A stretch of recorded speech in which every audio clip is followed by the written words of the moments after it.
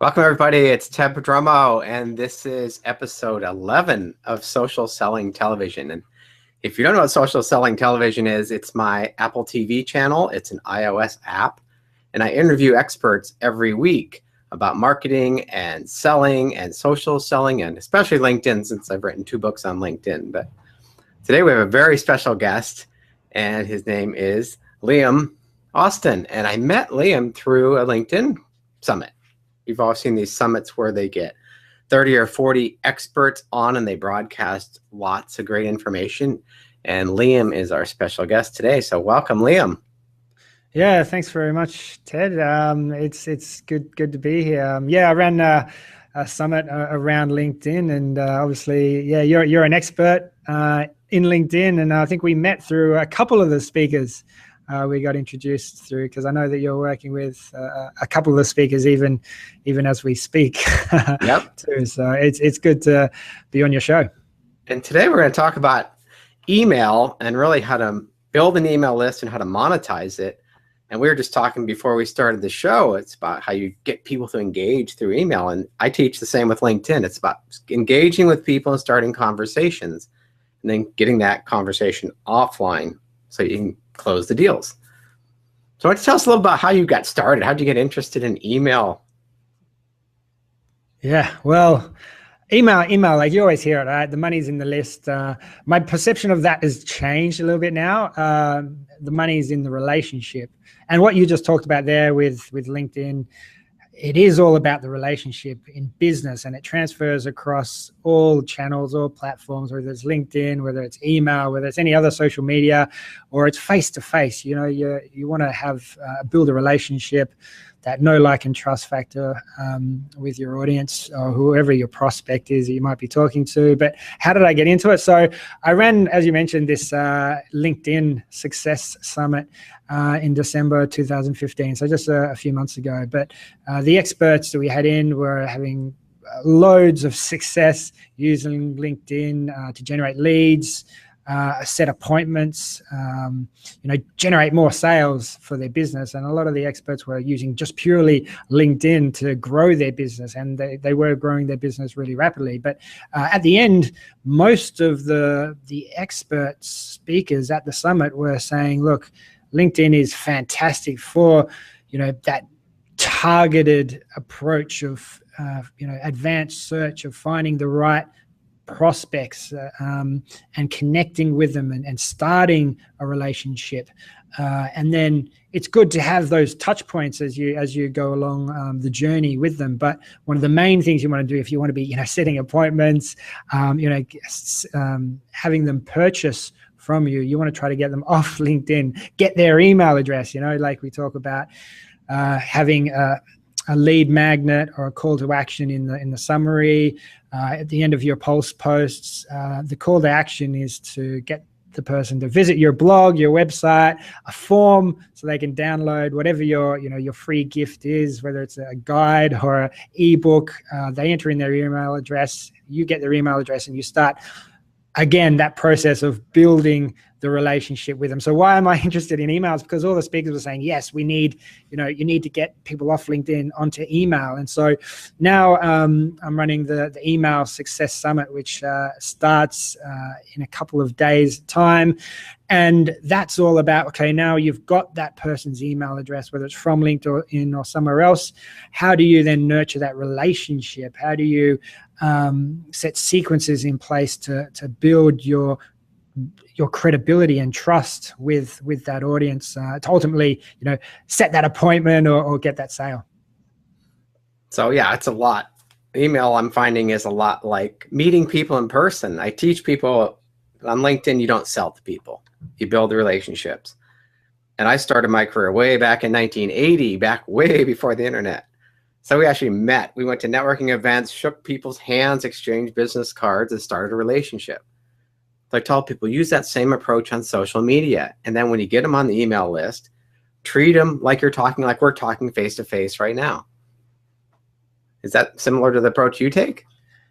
Yeah, absolutely. So over the last few months, I've been interviewing, talking, diving deep into the minds of some of the world's leading email marketers that I've invited to the Email Success Summit. And they're all saying the same thing. It is about that relationship, and it is about, you're talking about business cards. You've got a list already. You've got an audience already. You don't need to go out and start building a list. Like, get someone to, there's apps out there on your mobile phone, scans your business cards straight into, your CRM system, so you can start emailing them. And there's a couple of guests that talk about, well, what is that, first email that you send these people to re-engage them? You might have met them 2, 3, 4 years ago.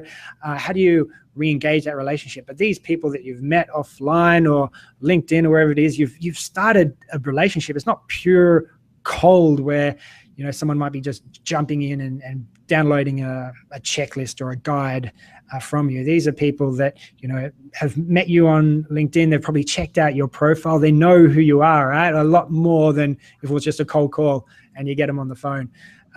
So it's a really interesting way of, you can definitely sell off email, especially if you're an online business. And it's a great way to set appointments if you're in the B2B space as well. So what are some of, I can kind of guess what some of the mistakes are. There's a lot of beginners on the call probably. They're just starting their email list. And one of the things is, one of my pet peeves is I'll download a free report or some checklist, and they follow up with an email that has nothing to do with the checklist. Do you see that a lot? Yeah, well, I mean, if someone's doing that, I think they're doing it wrong. I mean, it's about the relationship, right? So if you want to build that credibility and trust, and you've said, okay, click here, enter in your email address to get this specific checklist, give them that specific checklist, right? Like, that trust straight away. It's like they've entered their details, they're getting an email from you. First thing you should give them is, here it is, right? Here's a link to it. It's attached. I mean, probably just link to it, and then maybe talk a little bit about what is going to happen next if you're going to be continuously sending them an email. It's very important to set expectations up front as well, so that you don't burn that trust. First impressions count, as they say. So if you can, on the form, set expectations that you'll get the gift or the lead magnet immediately by email, so to check their email in 5 to 10 minutes time, and that they will be receiving regular emails from you after that. And even better, like if you can go to the length of saying, rather than download this one-off PDF or ebook, this is a series of emails, and it might be positioned as, okay, this is an email course, so you're going to get that over 3 to 5 emails.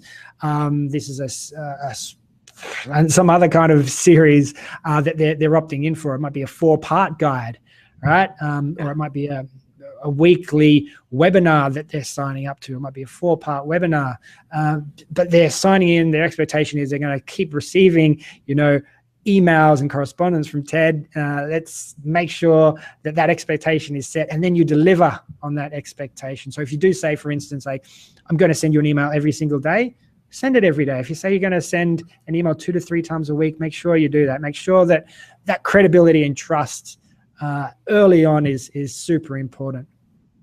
This is really important, everybody, what he just said, because I didn't do that for the first few years I was building my list. I just would send the PDF, and then I would follow up with a few messages later, but I didn't really set the expectations. And I can't remember who I learned it from, but really that first email, I would say, over the next 7 days, you're going to receive these emails, and here's the subject lines.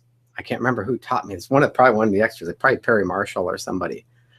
But it said, day 1, you're going to get this with this subject line, so keep an eye out for it. And I literally would take the ebook and send them in a few paragraphs each day, because 9 times out of 10, people don't even open the ebooks. I have a whole hard drive full of ebooks I've never opened, but the follow-up emails is what built the relationship.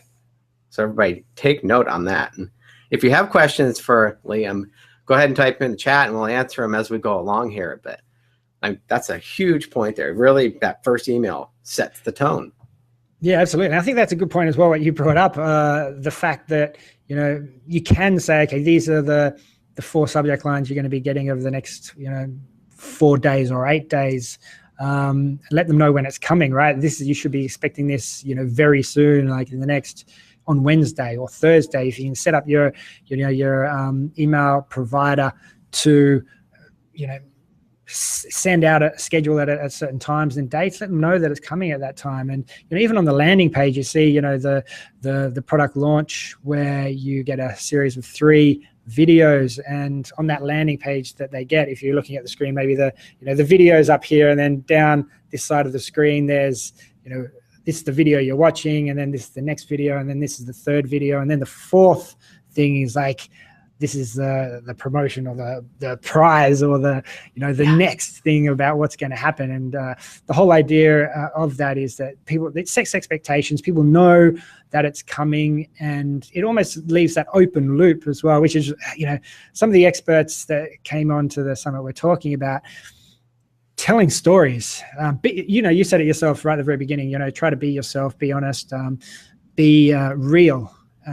Because you are building a relationship just like you would be offline. Talk as if you were, talking to someone through your emails. So be really personal in your emails. And I think that's something that is missing. That's probably, to go back to, mistakes people are making. They're maybe sending out a newsletter with loads of images and series of, links and blog posts, when really there should be just one specific storyline or topic with one call to action, one link at the bottom, so it's very clear what you want people to do next. You make the mistake of putting multiple links in there, and then people get confused.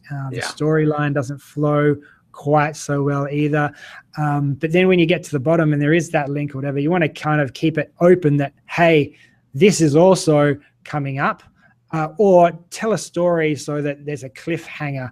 And the typical cliffhanger, if you watch any of the the television series that are on during the week, and it's maybe on each Wednesday, and the episode finishes, and then at the end of the episode there's this cliffhanger where someone's just about to drive off a cliff, and then the TV kind of cuts off, and you have to wait till next week. And that's how you want people to feel with their emails as well. That's a great point. That's another thing I learned. I forgot to mention that. After I send the email every day, the 7 in a row, I say over the 7 days, you're going to get these emails. At the end of it, I say, in tomorrow's email, you're going to learn about this. So it's setting the tone for them to be waiting for that. That's a great tip. Yeah, I think that's it. Get people interested and waiting, and if they're waiting and they're anticipating, do you know what? They're gonna be a really attentive person in your audience or on your email list, and they're probably very close to being a purchaser as well. So definitely something that you should be doing, building that anticipation. The first internet marketing course I ever took, it was like 12 years ago or 14 years ago. They taught me to build an email list and then send 4 or 5 emails a day to these people and sell them something on every email, and different affiliate type products. I said, just blast them till they buy or die and unsubscribe from your list. I was like, that's such horrible advice these days. Yeah, well, you hear some advice from some experts that might say, email marketers out there might say, okay, there's all these people that have not engaged in your email list for 6 months, 12 months. What do you do with them? Maybe there is that, throw them down the gauntlet, keep sending them emails until they just unsubscribe or they purchase something, right? And a couple of the experts that we've got at the email conference next week, they talk about, I lost my train of thought there with what I wanted to say. But it's interesting that they've all the speakers have a very similar attitude in terms of what you should be doing. And that's right. So it's about, you don't necessarily want someone that's just mediocre, that's sitting in the middle, sitting on the fence, not making a decision. You either want, a super hot lead or a cold lead, and just, they're cold, get rid of them, unsubscribe them, just don't send them as often. And that's another thing. If they're hot, send more often. There's a lot of data that we go through at the online conference next week, which talks about, your top, this is the 80-20 rule, spend 80% of your time on the 20% that's going to make you the most money, because they're making 80% of the money for you, right? So focus on that 20% or even less, the 4%. Send them more emails, because they're going to be spending more money with you. And the data shows that every time you do, send them more emails, they spend more and you make more money, which is really interesting. It's almost counterintuitive. You're thinking, okay, I really want to build a trustful relationship with someone. I don't want to maybe pester them and send too many emails. And there's definitely a fine line where you want to make sure that you aren't, pissing people off, but maybe they're in the cold basket, right? And you get rid of them. But there's a lot of differing opinions, and it definitely depends on industry as well. You can look at the stock market, where you want to be set maybe 3 emails a day to be kept up to date with your stock, these hot stocks that you're watching, versus fruit, that because you go shopping once a week kind of thing. So there's definite testing that needs to go on, but at the same time, that testing that you're doing, there's a lot of testing that can be done that just makes, if you're going along this line, it might move you up and down a little bit like this, and then there's ones that can make these huge jumps as well, make a huge difference to your email marketing, to your leads, to your appointments, and to your sales as well. And that's the ones that you want to make sure you're doing and testing. So you really want to test and see some critical factors to look at in your email stats for the beginners on the call here today. Open rate, that's a huge one, obviously, right? How many emails are opening? You send 1,000 emails, if 200 open them, it's a 20% open rate. Yeah, and most of the email service providers out there will tell you opens, click-through rates, but one of the things that I've taken away from speaking with these experts is that you want to start with the end goal in mind. What's the end goal? Is your end goal to get as many clicks as possible? Probably not. It might be that you want to get sales, right? You want to make money from these people. So track that, right?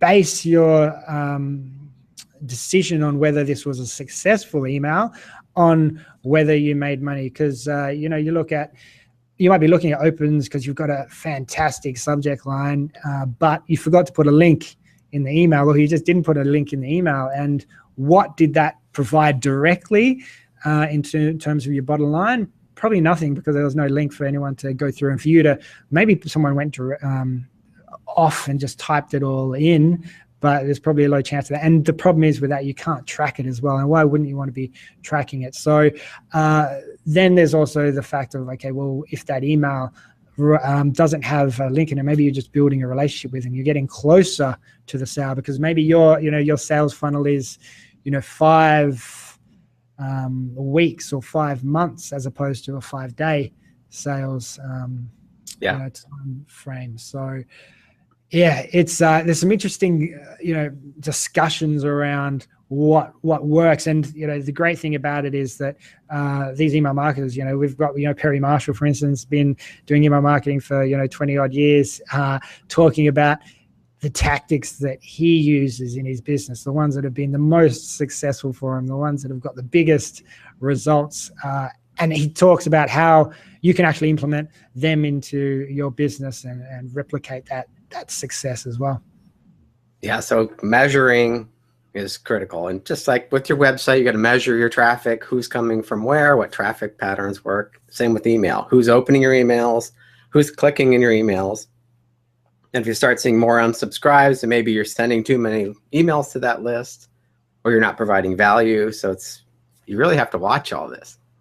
Yeah, there's kind of a lot to take in as well, but at the same time, there are those things that make the small movements, and the ones that make the big jumps, the really big jumps, and they're the ones that you want to be paying the most attention to and making sure that you're doing those. And what are they? For instance, every time you got an email from, you see your mum, right? Email you, and you got an email from your mum in your inbox.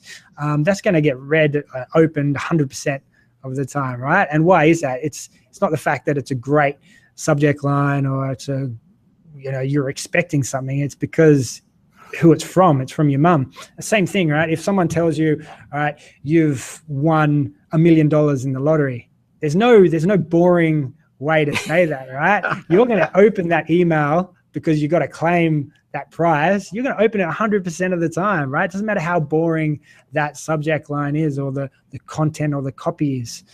So that in terms of, that's not necessarily who it's from. In this case, this is like having a product or a service that people really, really want. So, give them value, give them, an email, or just, whether it's on LinkedIn as well, give people, let them know that you're solving a problem for them, a major problem, and that your solution, your product, service does this for them super simply and can make a huge difference for their business. And I think that's what it comes down to. That's the ones that are going to make the huge jump, the huge leaps, because if you have a crappy product, it doesn't matter how fantastic your subject line is. You know what? People are going to go, I opened that guy's email last week and the week before, and he was selling that product. I'm not interested in it. It wasn't relevant for me at all. That sounds like an interesting subject line, but delete.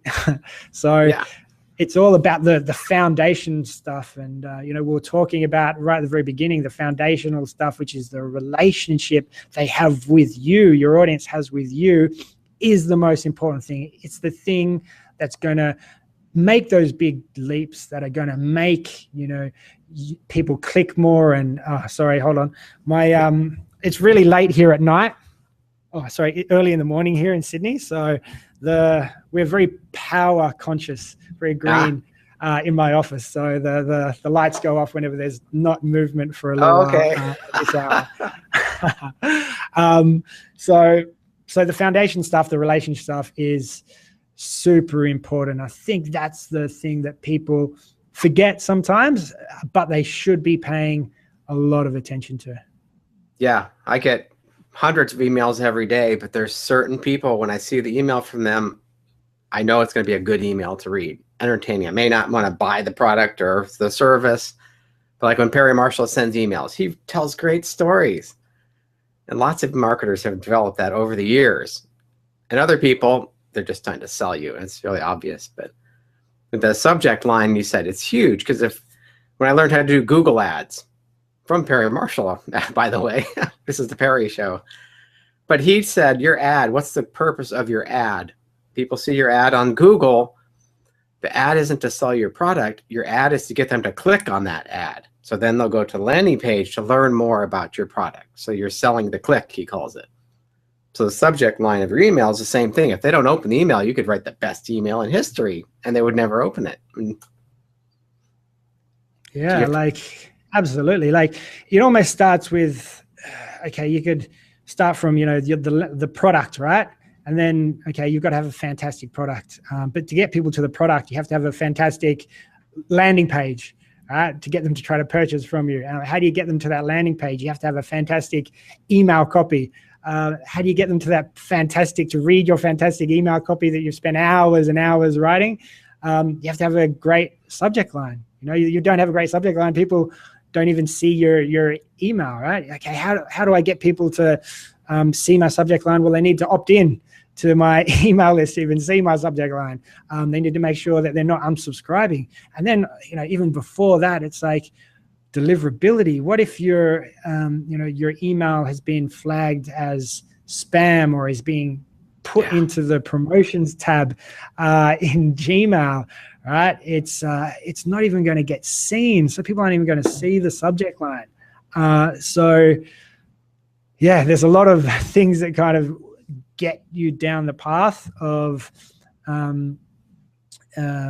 making the sale, but make sure that number one, your email is getting delivered. Number two, they're the subject lines enticing enough for them to open your email. And then again, don't forget, it's your relationship. So they're looking at who it's from, even more importantly, who it's from, what relationship they have with you.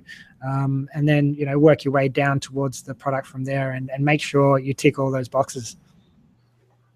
So for a brand new subscriber, let's just make up a story here. Somebody subscribes to your email list. How long do you spend nurturing them before you try to sell them something? So this is the thing, right? Everyone has their different opinion on this. I've come to an idea that I think it's a bit different for everyone, and based on the sales cycle. If you're selling a $2-3 million IT system to some corporate, then you're trying to target the IT manager or the head of IT in this corporation.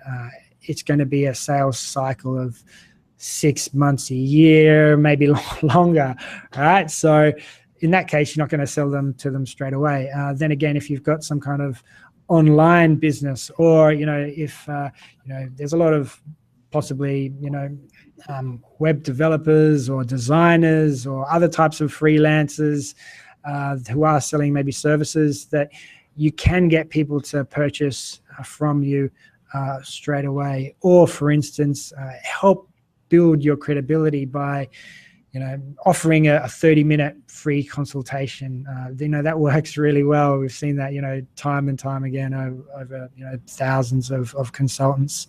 And you can even shorten that 30-minute call by giving them, because there's a lot of things that you repeat over and over in that consultation, just about your brand and who you are, that they can understand and get to know you by just recording a video and having them watch that before you jump on the call. So you can cut the call down into 15 minutes, and you can double the amount of appointments or leads that you can talk to in a day. And that can happen really early on when they've opted in as kind of a gift. It's all about positioning it, right? Yeah. If you're trying to sell them something that's going to cost something, you want to have built a relationship with them. They want to know who you are, I think, before they're willing to pull out their credit card and start typing it in into the internet. But maybe it's only after 2 or 3. Maybe it's the first one, you've delivered the gift, whatever they've opted into, let them know that more is coming. And then, the second one is a video, which is you're telling a story and you're giving them loads and loads of value. They're getting to know you, know, like, and trust you, right? You're building your credibility and relationship with this person. They're getting to understand a little bit more about who you are and what you've got to offer. And then, the third one is like, hey, there's even more here. If you loved that, value-packed session, purchase this.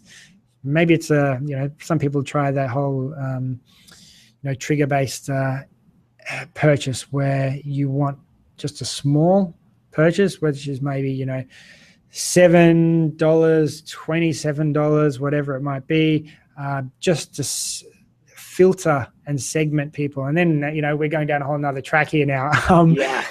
It's about being personal, and if you can segment people based on their behavior and their interests, they're going to know that you were talking before about there's an email that comes in all the time that you love to read, and it's because there's funny stories in it. It's really interesting for you. You want to try to build that based on what the person's interested in, and send them emails that's going to be super relevant for them, so that whenever they see an email coming from you, they're like, yes, this is the first thing I'm going to be reading. Yeah, that's why I like to provide value, teach them something in the emails, and then get them on webinars like this to give them other experts, give different opinions. What I do is, I have a strategy guide, LinkedIn strategy guide they download, and then I offer them my LinkedIn book for free plus $5 shipping. And then I take them through the ascension ladder, basically, just like you said, a little bit higher ticket prices, and then get them into consulting eventually. Yeah. And, there's so many different ways to go about that as well. If they don't open that first email, they don't engage with it, they don't click on it, they don't download the lead magnet, send them a reminder like, hey, you didn't check it, you didn't, check out the gift that I sent you, why not, kind of thing. And you can get a lot more advanced and smart about it too. But I think it's the basic things. Just actually put those emails together, put the sequence together, put it out there to your best of your ability, but just make sure you're taking action, make sure you're doing it, and then start seeing the results, and then adding extra emails, extra, segmentation, personalization to your emails, so that you can really build that relationship. And, you talk about Perry Marshall. He's got people on his list, email list, that have been on his email list for 15 years. Mm-hmm. That's me. Yeah, right. And why is that? Because he's built a relationship with you guys. And, if you've been on there for 15 years, he was telling a story, I think, that it was like he had someone that purchased from him that after 9 years had finally decided to, invest and pay some money after, listening and watching and following him for, 9 years. So it can be a really long sales process too. But at the end of the day, it's about the relationship that you've got, and that'll be the deciding factor of, okay, this sounds like a good product, but do I really trust Ted? Do I, believe in, what he's saying? And what you're doing here today, what we're doing now, is a great trust building exercise for your audience to, get to know you, what you're all about, and connect with you on a deeper level than they could maybe just looking at your LinkedIn profile or reading an email from you. It says a lot to be able to, look into someone's eyes and check them out, seeing if they're the type of person that you resonate with, that you get along with, that you like to hear from.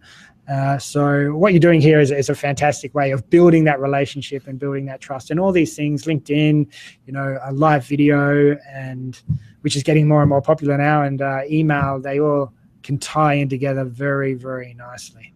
Yeah. Now, all the webinars they're not the big sales pitches. It's experts, interviews. I'm giving them quality information and building relationships.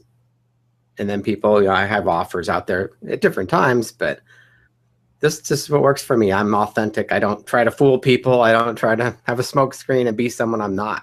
I'm dressed very casually here. It's just me. That's the way I've always been. And that's what I've learned from these experts, following them for 12 to 15 years online.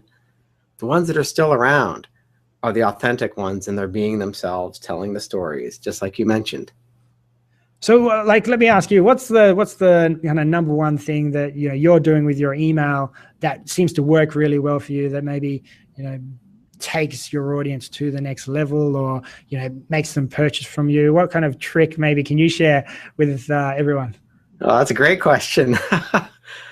Yeah, with my email list, I've got that initial sequence. I tell them, this is what you're going to learn from me over the next few days, and then I'll send I email them about 3 or 4 times a week, providing value. And I'll say, hey, I'm doing a live session. Would you like to join me? I've been testing those 9-word emails from Dean Jackson. I'm doing a small gathering, a mastermind. Do you want to join me? Those get great responses. So piquing their interest. I really don't go into hard sales in the emails. It's more about continuing the conversation. So they'll reply to that, and then I'll reply back to them. The Dean Jackson 9-word emails are fabulous. I don't know if you've done those. It's just 9 words, asking a question, and they hit reply and they answer the question. And then you answer them back, and then we get on the phone eventually.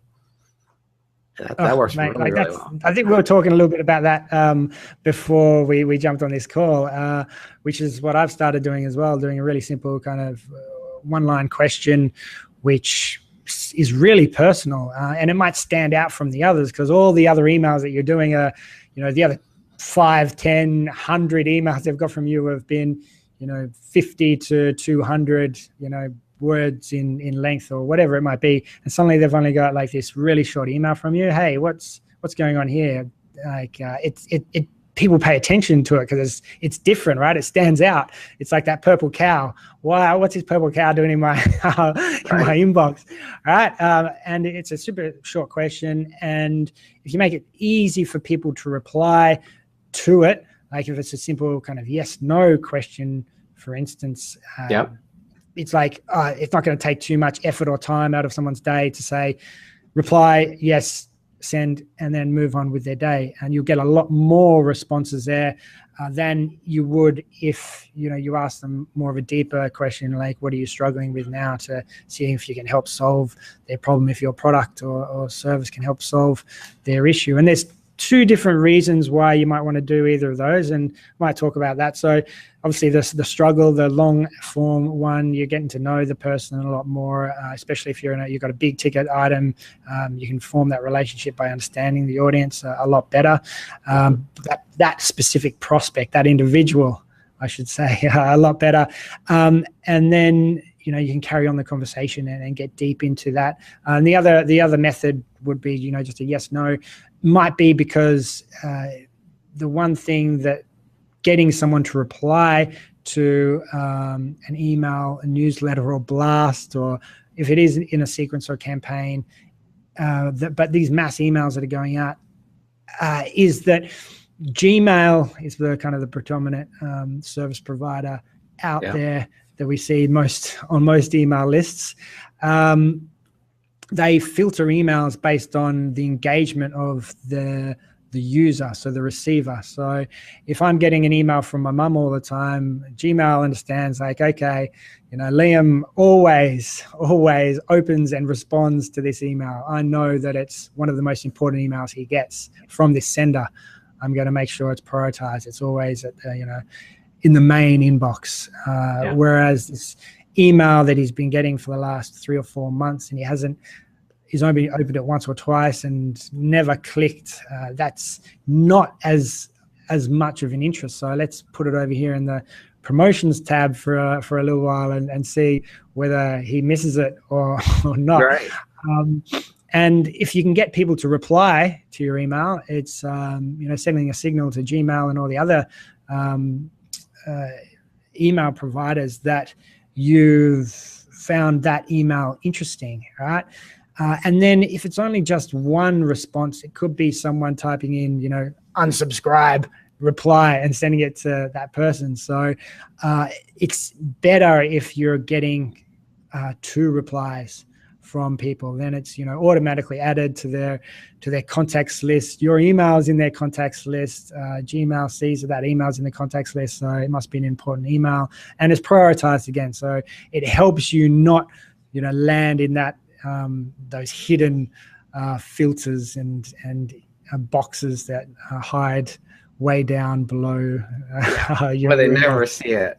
Let me repeat that for everybody, because that is critical. So you want to get people to reply twice to your emails by whatever, ask a question at the end of it, or send a short email that's going to provoke a response. And then Gmail and all the other email providers will put that into the main inbox. Yeah, and the really cool thing about this is you don't need everyone, 100% of your 100 people that maybe you've emailed to respond. You only need a small subsection of that, and Gmail or whoever it is will see, okay, this email, this X amount of percent of people are finding this really interesting compared to all these other newsletters that are going out. Let's prioritize this above all the others that are out there. Make sure it's being delivered into the inbox. Make sure it's always delivered, so it's in the main area for the recipient, because we've found that generally a lot of people find this email from this sender, I should say. So again, it's about the sender, right? It's about that relationship that the people have with the sender, and Gmail and all the rest kind of knows that as well. They'll prioritize that and make sure it's in the inbox. And Google is smart, right? Gmail's owned by Google, and Google knows what you're searching for and what to prioritize and put at the very top of the search results, right? Based on all these user interactions. And not 100% of everyone clicks on that first ad, right? Or the first result. But the one at the very top is because most people do engage and find that content relevant for their search that they did, which is why Google said, okay, this is the most relevant result. Let's make sure we put it at the top. And they're using, very similar approach with Gmail, with your email, with your inbox.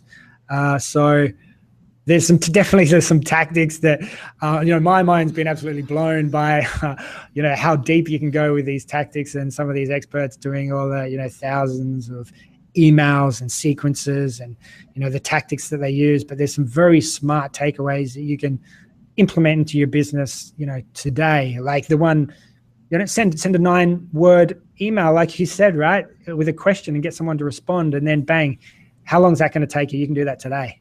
Right. And I usually send it to people that have only opened an email from me in the last 7 days, so I know they're very familiar with me.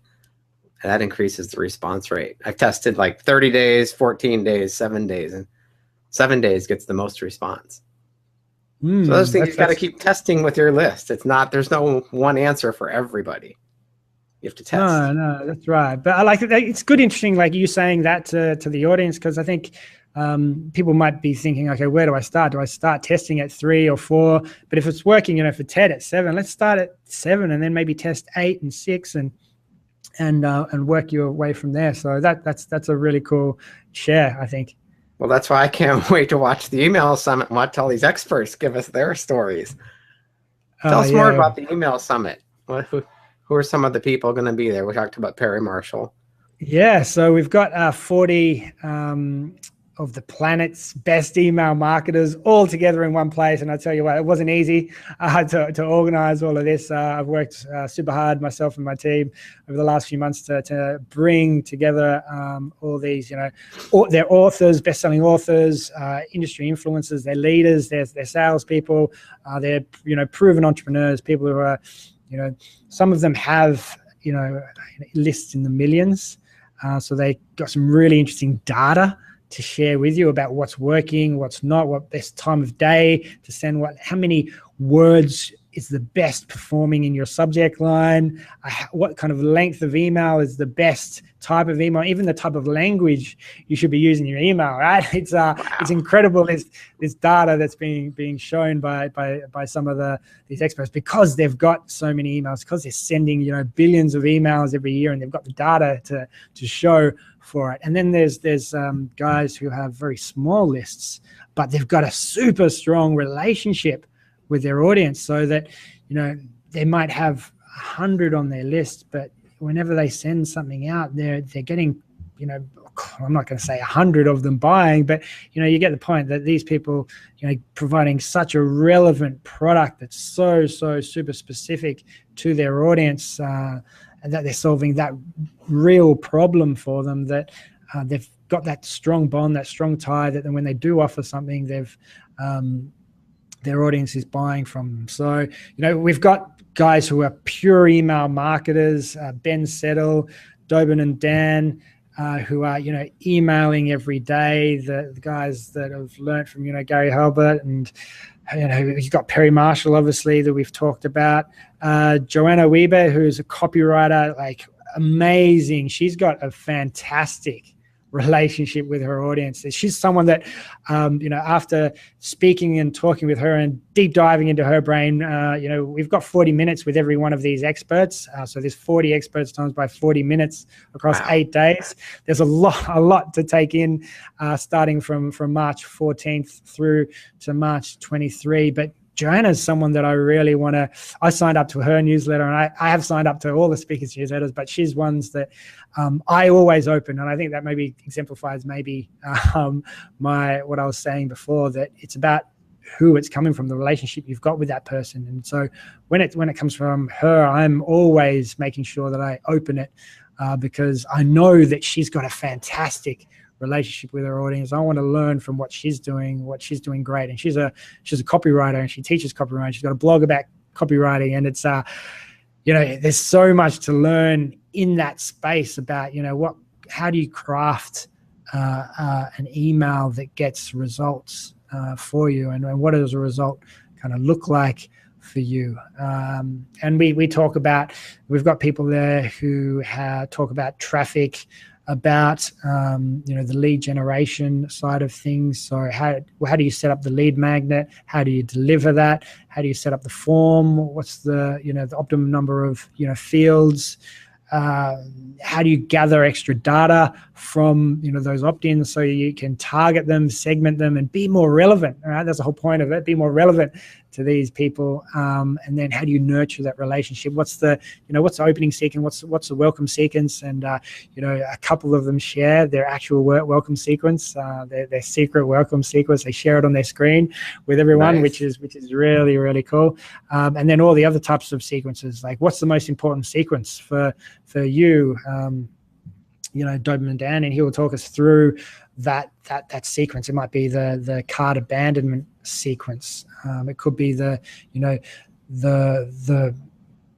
and this is interesting, right? So Drew Sonoki, who's an e-commerce expert, email marketing expert, he talks about looking at the people who have the biggest item that you sell in your e-commerce store. These are talking about people with maybe hundreds of products.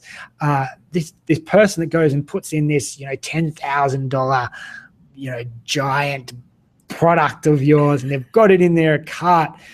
This person is a super important prospect for you. Like they're about to buy. How do you make sure that they don't abandon their cart and make sure that they buy it? Or you add, you upsell, you cross-sell. How do you do that in the cart? Do you do that in the follow-up email after they've purchased? Maybe you do both. Maybe you do, there's more kind of options. And how do you look after and nurture that whale as opposed to, the minnows that you might have? They might just browse and they might buy, on Valentine's Day once a year, as opposed to that person who buys flowers every single week for their office. Right? Make sure that you're segmenting, targeting your audience based on that. And then that person that is buying more regularly, that is that whale that spends the most money with you, send them more emails because they're going to buy more from you. And I talked about that a little bit earlier, but wow. I've been blown away by, these 40 entrepreneurs speaking at, the event, and these, there's The guys. generosity of these guys is amazing. Yeah, it is. And they realize that they're building a relationship, with a new audience by being part of the summit, by going and talking like we are today, and sharing a lot of value to build that relationship. Similar to what I'm trying to do. I'm trying to give as much value. Like this is like almost a summary. I mean, I can't fit everything in because I've learned so much from these 40 experts. You're just going to have to come to the summit, right? And it's free, by the way, for anyone that was wondering it. You can go to emailsuccesssummit.com, register your name and email address, and then we deliver the sessions via email to you on each morning of the summit, and you can attend it for free and learn from all these experts for free.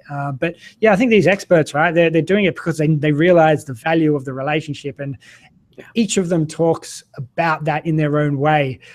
So there's some foundational things that you just can't miss, that you can't not do, because it'll be a fatal error and you won't get anywhere. But that's another point, right? Like the reason that we talk to experts and we try to get experts on, and the best experts we possibly can, onto our show to share with our audience, because we realize, and I realize definitely, that these experts, they've got so much value and experience to share. Like these are the mistakes you need to avoid these mistakes. I lost hundreds of hours and thousands of dollars making these mistakes. Don't make these mistakes, right? Similar with LinkedIn. People could be using LinkedIn for forever and commenting on stuff and sharing stuff and not actually getting a result because they're making some fatal mistakes, or they're not following up, or whatever it is that they can learn from you, Ted, right? Like you want to be learning from the experts and following their footsteps. Learn what's working from the experts to fast track your own results, to making setting more appointments and making more sales. Yeah, you've talked about a lot of advanced strategies, and if you're a beginner, like you said, you can save hundreds of hours of learning time, because these people are going to tell you the mistakes they made. And here's the quickest way to get to the money. The bottom line is we're all doing this to make money. We'll be honest. You don't send out emails to people just for fun. You're in business to make money. Yeah. Like, and the thing about email is it's one of the best direct response channels out there available right now. I mean, maybe direct mail. I think there's some stats out there that show that direct mail gets 20 times more purchases than an email. But then again, it's a lot more expensive, a lot more difficult to make that happen. I mean, I'm talking about a very personalized, right? Personalized direct mail, personalized email, and comparing that to the brochures or the spam that you get in either of those channels. But there is some just basic stuff, as you said, the beginners can learn to do right from learning from experts. Pick whoever your favorite expert is, whether it's Perry Marshall or Joanna Weber or anyone else. Rob Walling has a fantastic podcast that he runs, and he runs an email service provider himself, GetDrip. That's fantastic and really making some headway and growing really fast in their UX and design and usability is really, really good. So there's some fantastic people that whoever that is, sign up to their email address, sign up to the email newsletter, and start learning from them. Yeah, my biggest tip. Yeah, crawl before you walk before you run. Just keep taking action and learning. And then I subscribe to lots of email lists. Like I unsubscribed for a lot this morning because I just didn't find the value. But I'm always watching to see what other people are doing and learning from what they're doing. And now you're putting all these people together for free in one place. So how did they go sign up for this again?